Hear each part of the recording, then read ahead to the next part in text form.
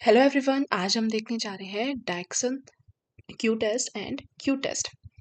सो इसके अंदर क्या होता है, जब ये किस लिए यूज़ किया जाता है ताकि हम इसका रिजेक्शन कर सके आउटर लाइन का या फिर आइडेंटिफाई कर सके आउटर लाइन का। So simply we can say that the Dixon Q test और Q test is used for identify and rejection outer lines. To apply Q test for a bad data, जो भी अभी data given होगा उसके लिए Q test करने के लिए हमें क्या करना पड़ेगा, फर्स्टली अरेंज करना पड़ेगा उन डाटा को इंक्रीजिंग ऑर्डर में, और फिर हमें क्यू की वैल्यू निकालनी पड़ेगी। और क्यू कैसे निकलेगा, Q is equal to gap by range, gap by range. और गैप क्या होता है, absolute difference between outer line and the closest number to it. और रेंज क्या होता है, difference between the highest and lowest value. जैसे हम इसको समझ सकते हैं एक एग्जांपल से। जैसे हमारे पास एक सिंपली एग्जांपल ले लेते हैं, 2, 4, 6, 7, 8 एंड 9 एंड 11। सो ये हमारे पास हो गई 7 ऑब्जर्वेशन। सो फर्स्टली हमें क्या करना है, इनको अरेंज करना है इंक्रीजिंग ऑर्डर में। सो 2, 4, 6, 7, 8, 9 और 11, ये हो गया हमारा इंक्रीजिंग ऑर्डर। ये वैसे भी इंक्रीजिंग ऑर्डर में है, बट अगर यहाँ पर सपोज यहाँ पर 3 हो, सो यहाँ पर 3 ऐड कर लेते हैं और ये हो गई 8 ऑब्जर्वेशन।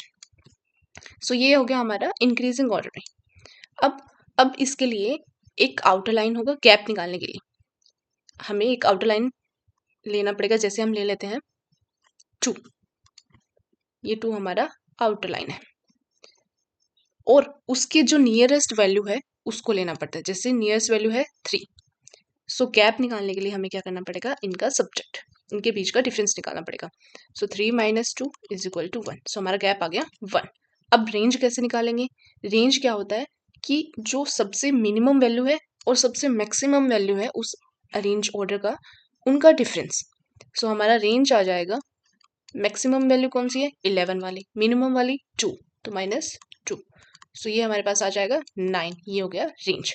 अब क्यू वैल्यू निकालनी है, उसके लिए फॉर्मूला होता है Q is equal to gap by range. Gap हमारा आया था 1 और रेंज है 9। सो ये आ गई हमारी क्यू की वैल्यू।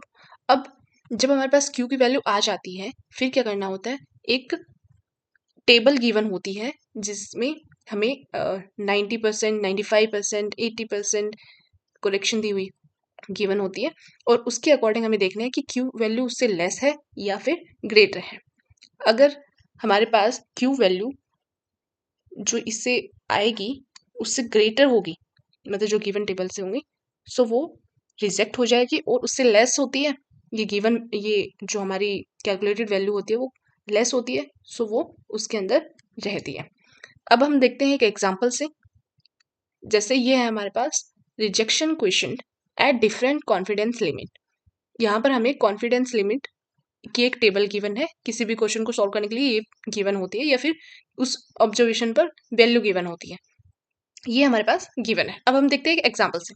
जैसे ये है example, in the replicate determination of gold you got the following result: 96, 99, 97, 94, 100 and 95 and 72%.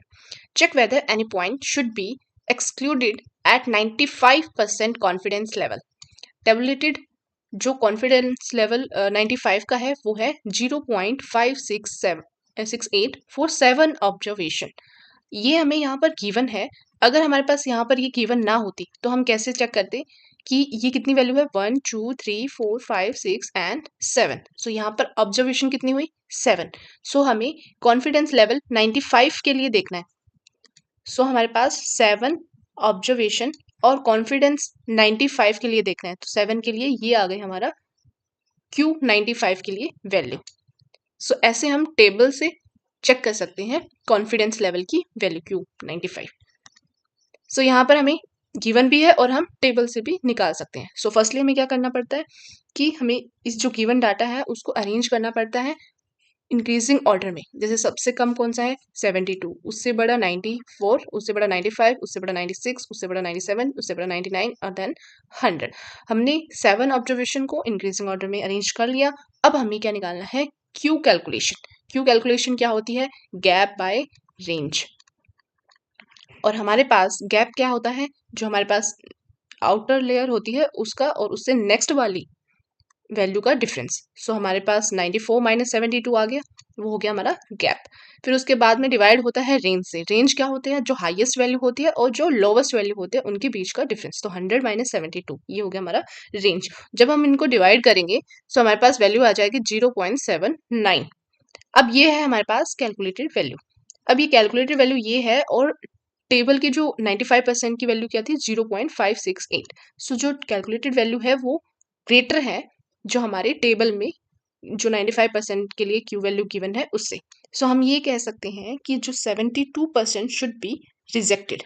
जो 72% है वो रिजेक्ट हो जाएगा क्योंकि ये calculated value greater than tabular value से है। अब हम देखते हैं एक और एग्जांपल, जैसे हमारे पास है ये। In the replicate determination of gold, you got the following result: 96, 99, 97, 94, 100 and 95 and 88. So हमारे पास यहाँ पर है 7 ऑब्जर्वेशंस और हमारे पास 95% कॉन्फिडेंस लेवल के लिए कैलकुलेट करना है। जो टेबुलेटेड वैल्यू है क्यू 95% के लिए वो है 0.568 फॉर 7 ऑब्जर्वेशन। सो फर्स्टली हमें अरेंज करना है इंक्रीजिंग ऑर्डर में 88, 94, 95, 96, 97, 99 और 100। ये हमने अरेंज कर लिया है इंक्रीजिंग ऑर्डर में। अब हमें क्यू कैलकुलेशन निकालना है, वो होता है गैप बाय रेंज। अब हमें 88 के लिए निकालना है, तो एक तो ये वाली जो हमने आउटर लाइन ली है और उससे नेक्स्ट वाली वैल्यू का डिफरेंस निकालना है। सो ये हमारे पास 94 माइनस 88 आ जाएगा। और रेंज, रेंज क्या होती है, highest value minus lowest value. So 100 minus 88 जो हमारे पास वैल्यू आ जाएगी क्यू कैलकुलेटेड की 0.50। सो यहाँ पर हम देख सकते हैं क्यू जो हमारे पास टेबलेटेड की थी वो 0.568 हुई। सो 0.50 लेस होती है 0.568 से। सो हम ये कह सकते हैं जो कैलकुलेटेड वैल्यू है वो लेस है टेबुलेटेड वैल्यू से। सो जो 88% है शुड बी रिटेन्ड, मतलब उस डाटा में रिटेन रहेगी। सो इस तरीके से हम क्यू वैल्यू निकाल सकते हैं और उसको ये देख सकते हैं कि वो उस डाटा में रिटेन रहेगी या फिर रिजेक्ट हो जाएगी। सो ये हमारा था Q test. Thank you so much.